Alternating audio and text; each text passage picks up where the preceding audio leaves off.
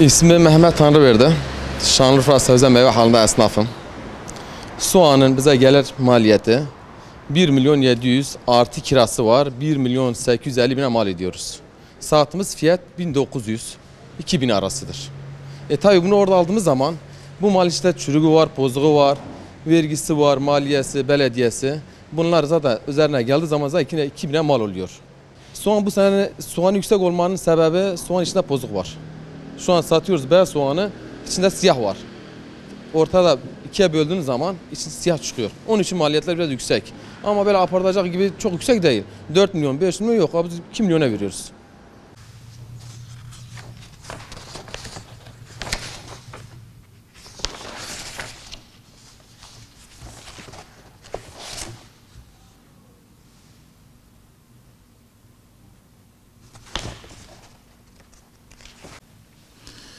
Evet, ben Türkiye Sebze Halları Federasyonu Genel Başkan Yardımcısı ve aynı zamanda Şanlıurfa Sebze Halı Başkanı Faruk Akbaş.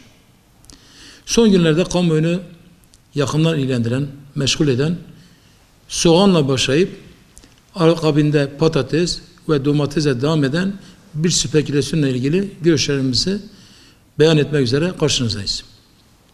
Arkadaşlar, üzüldüğümüz nokta, kamuoyunda bu işin uzmanları dışında herkesin görüş beyan etmesi. Soğan depolamak bir suç oldu. Bir örgüt suçu haline geldi. İnsanlar, bu işi yapan meslektaşların şu anda ne yaptığını bilemez duruma geldiler. Soğan, patates, elma, nar gibi ürünler 8. 9. ayda hasat yapılır. Ve bu ürünler ta diğer yıl 3. 4. aya kadar başka bir şekilde hasadı söz konusu değildir. Bizler 8. 9. ayda hasat ettiğimiz ürünleri depolara koyar. Ondan sonra piyasanın talebine göre piyasaya sunar. 7 ay 8 ay boyunca o ürünleri sizlere satarız. Çünkü kış aylarında tarlada bu ürünler yoktur. Şimdi o depodaki soğanları çıkarmamız isteniyor. Arkadaşlar, bu depolama ancak İç Anadolu'daki kış aylarının çok sert geçtiği, çok soğuk geçtiği bölgelerde yapılabilir. Siz o soğanları, siz o elmaları, patatesleri depolardan çıkardığınız zaman, biliyor musunuz, 15 günde, 20 günde onların tamamı bozulur. Dolayısıyla biz bir ay sonra size satacağın ne soğanı buluruz ne patatesi bulabiliriz. Ve siz 8 liraya 10 lira soğan ararsınız, elinize soğan geçmez. Maalesef bu konuyla ilgili yanlış bilgilendirmeler yapıldı. Kara borsacılıkla stokçuluk, depoculuk birbirine karıştırıldı. Yanlış olan, olmaması gereken, spekülasyona neden olan kara borsacılıktır. Değerli arkadaşlar, stokçuluk çiftçimizin ve bu ticareti yapan tüccarlarımızın hasat mevsiminde mallarını depoya koyarak peyderpey satmalarıdır. Ama kara borsacılık bu işlerin ticaretini yapmayan, bu işle alakası olmayan, sağdan soldan getirmiş olduğu kirli paraları, kara paraları getirip orada bu soğan yükselecek, bu sene soğan azdır diye alıp depolara koyup, yüklü miktarlarda depolara koyup depoları kapatanlardır. Bunlar kara borsacıdır. Bunlar piyasanın yükselmesini isteyen, o şekilde mücadele eden insanlardır. Hükümetimizin kara borsacılarla ilgili atacağı her adımda biz hükümetimizin yanındayız. Ama ne olur Allah rızası için yıllardır babadan dededen bu işle uğraşan, bu işin ticaretini yapan insanlara zarar vermeyelim. Bu insanları suçlu ilan etmeyelim. Çok üzüntü vericidir. Bu işi bilmiyorlar. Mardin'de 30 ton soğan yakalanmış, adama ceza kesiliyor. Bu bir cinayettir. Bu ülkenin ticaretini bitirmektir arkadaşlar. Lütfen bu işin uzmanlarıyla bu konuyu konuşmak lazım. Ben yapmış olduğum bütün programlarda Sayın Cumhurbaşkanıma seslendim. Sizin de aracınızla buradan da yine seslenmek istiyorum. Sayın Cumhurbaşkanım, ne olur biz yıllardır sizden yarım saat bir randevu istiyoruz Türkiye Haller Federasyonu olarak. Türkiye Hal Camiası olarak. Bir türlü bizi sizinle görüştürmüyorlar. Bizim derdimizi size anlatmamız lazım. Sıkıntılarımızı size anlatmamız lazım. Ancak derdimize siz çare olursunuz. Çünkü bizleri suçlu olarak size gösteriyorlar. Domates pahalı oldu, suçlusu komisyoncudur. Domates tarlada kaldı, suçlusu yine komisyoncudur. Biz her zaman günah keçisi ilan edilmekten yorulduk. Ağır şartlarda bu mesleği icra eden mesleğin üyeleriyiz.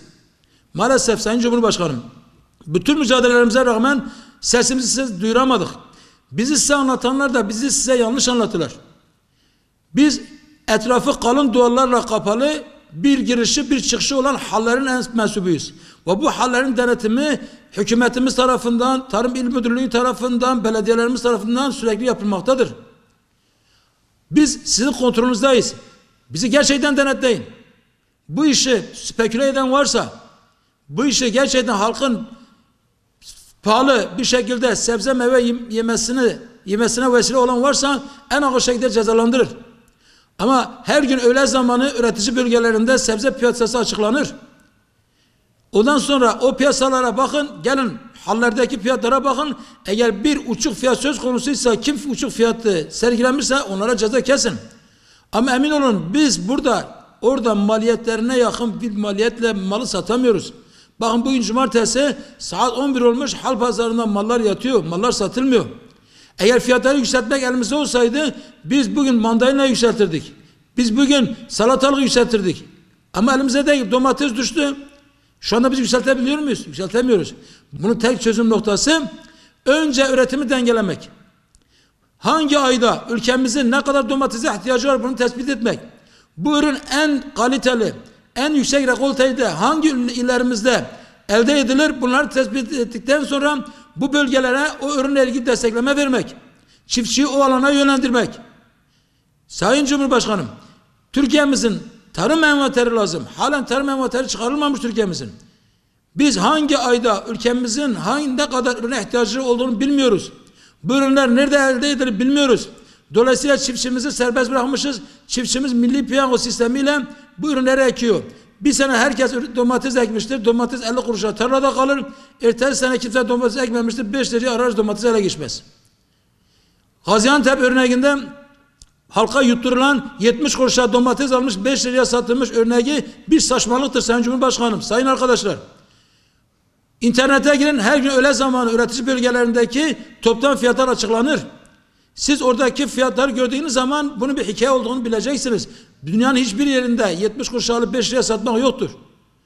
Ama oradaki maalesef daha önce de defalarca şikayet etmemize rağmen bir sonuç elde edemediğimiz üretici bölgelerinde düşük kesilen faturalardan dolayıdır. 1 liraya almış olduğumuz ürünlerin faturasını 20 kuruşa bize kesiyorlar. Biz başımızı her taşa vurduk, bir türlü çözüm bulamadık. Bizzat bakanlarımla görüştüm bu konuyu, bakanlarıma şikayet ettim, yine bir çözüm alamadık. Üretici bölgelerinde düşük fatura kesiliyor. O düşük faturaya istinaden ben yüksek fatura kestiğim zaman tamamı bana vergi olarak çıkıyor Sayın Cumhurbaşkanım. Ne olur piyasadaki arkadaşlarımız gerekli vazifelerini yapsınlar. Denetimlerini yapsınlar ama maalesef birileri kendi eksikliklerini bize mal etmesinler. Bizler artık yorulduk ve tekrar ediyorum, biz kimseyle değil, hiç kimseyle değil, Sayın Cumhurbaşkanımızla görüşmek istiyoruz.